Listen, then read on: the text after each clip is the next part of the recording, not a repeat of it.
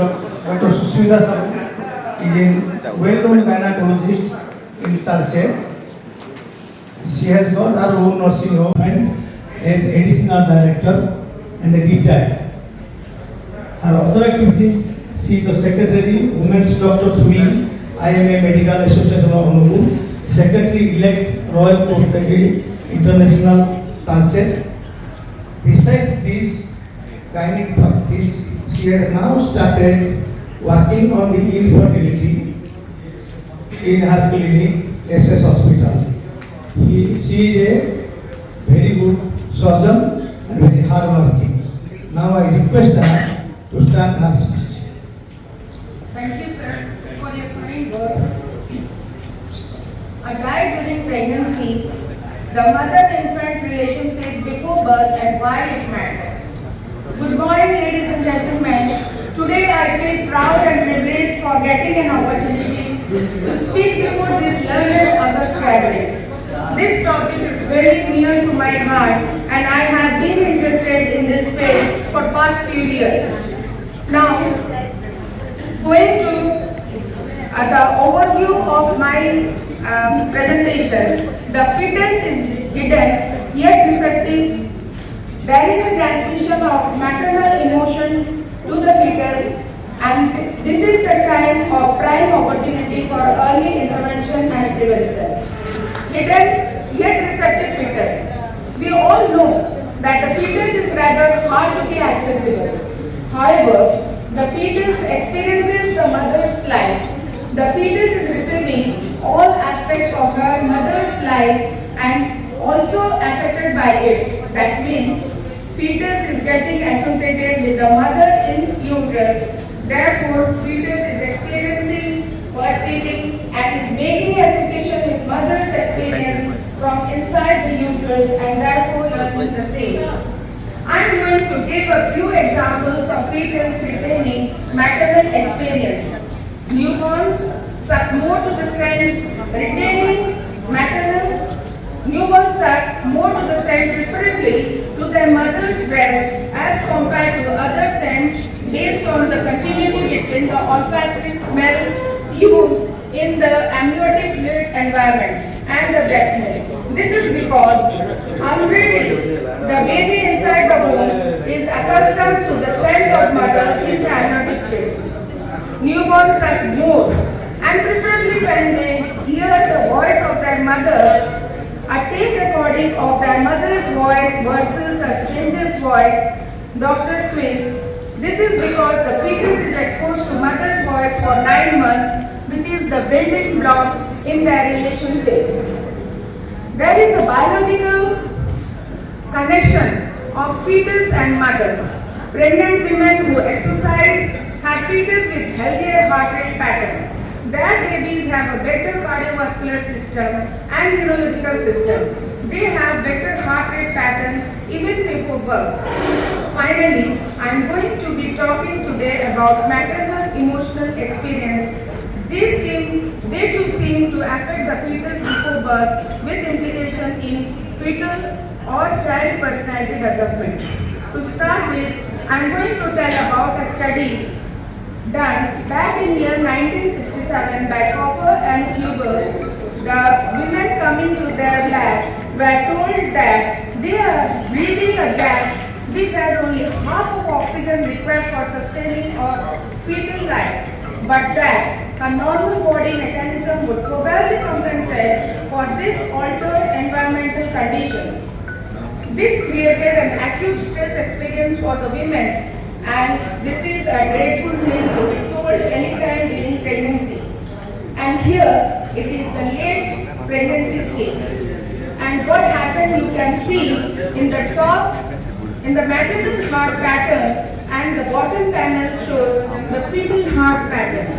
After psychic stimulation, that is the induction of stress, and here you can see the maternal heart rate went up, and so also the fetal heart rate also went up. The mother's heart rate went up due to body response to fright and flight response, but the fetal heart rate also went up coincidentally when the mother is having an emotional experience. Hence, Here the fetus registers the mother's emotional experiences, which is seen clearly over here. Now let me explain the mechanism of this experience. One possible idea is the stress hormone called cortisol and the process of epigenetics change in the functioning of genes bonding, the methylation of genes. So all this research falls in the category which is known as hard research, developmental origin of adults' health diseases. Not just acutely, but over time, women's experiences affects the fetus and shape their future development. And this was beautifully summarized in the Time magazine several years ago. This is the phrase to remember: how the first 9 months shape the rest of your life. Now, let us discuss what about stress, toxic stress or chronic stress, anxiety and or depression the woman is feeling during pregnancy, influencing the future child's neurobehavioral development that affects the child's brain and normal development. This is a paper on antenatal anxiety and behavioral or emotional problem in children by Thomas O'Connor on 4,000 children of UK aged 6 to 7 years. In this study, it is seen that women having toxic stress, antenatal anxiety or more prenatal anxiety, the children of these women at the age of 6 to 7 will have attention hyperactivity disorder or emotional problem and conduct problem. So a strong association between a kind of toxic stress and grouped under the term of psychopathology, a risk factor for children development. The published article of alteration in amygdala prefrontal circuits in infants exposed to prenatal maternal depression. They have taken many sleeping newborns for magnetic resonance in their brain imaging, and functional connectivity of different parts of their brain is seen in resting state. It is seen that the greater connectivity between amygdala, which is a part of limbic system or emotional brain, and the frontal cortex, which is oriented to higher cognitive processes. There are greater connectivity in this baby's brain, which was expanded to untreated maternal toxic stress. This baby's brain at birth was already geared. They were already ready to face the world of dangers. Their amygdala is wired up and prepared to receive in anticipation to dangerous world to which they are going through. And this was due to exposure to untreated maternal toxic stress during pregnancy. A study was done by Catherine Mount from Columbia University in her lab. A set of questions were asked to the mothers to give biological signal and fetal movement, and fetal heart rate was noted. And this is the graph of fetal responses during maternal stress. In her lab, a stress was given which was not a life-threatening. They did a cognitive challenge test, which is called a school test. First, they learn about the mother, who they are, and level of toxic stress in their life. So they go through a psychiatric interview and then given toxic stress. It has been seen that babies who have been exposed to toxic stress, they have greater connectivity. Their amygdala has a greater connectivity to respond to the dangerous signal in the world. They are fetuses who had heart rate increased, whose mothers had undergone stress in the lab. Even the features are very reactive to the signals coming their way, and their brain have greater connectivity in amygdala, anticipating danger potentially. They are more vigilant to react to the signal that is coming in their way. Now, let us analyze the study.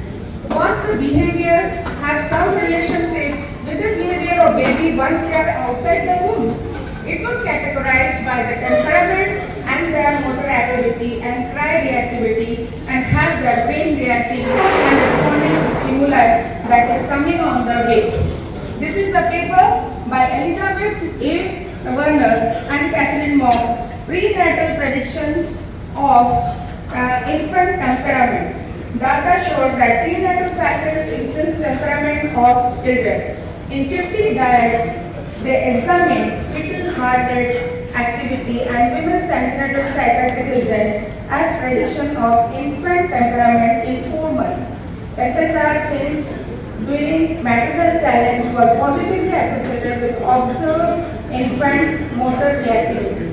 Now the question arises, how does the maternal emotional stress is transmitted to fetal temperament and shape their behavioral pattern and brain development? So, as you can see, toxic stress is mediating signal in utero environment which has altered fetal development and then child risk of psychopathology.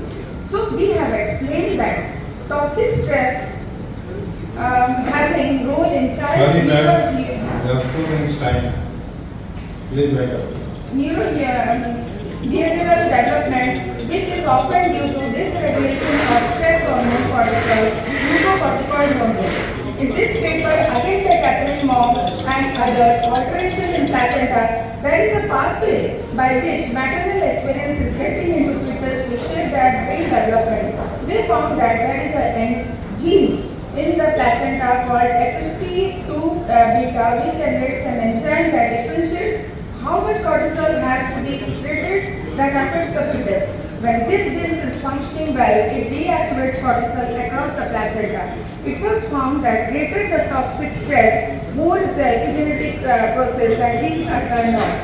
Cortisol is getting into the uterus and behavior was altered. So finally, this genetic relationship in pregnancy is really a prime opportunity for early intervention and prevention for both the pregnant woman and her future child. Now I have shown you the data and I think I have convinced you that brain development begins even before birth and we have a relationship between mother's emotions and fetal behavior.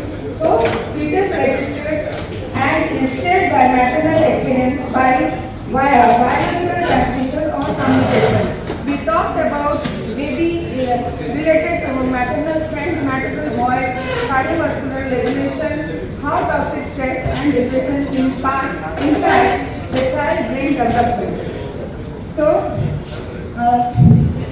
coming to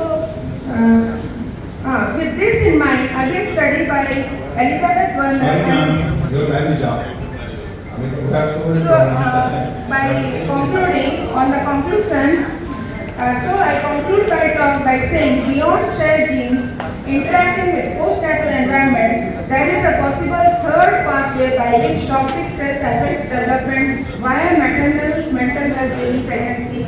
Depression, anxiety are typically modifiable factors when there is access to decent behavioral health care. We can help pregnant and postpartum women and by doing so help the next generation. Thank you all. Thank you, ma'am, for such a detailed and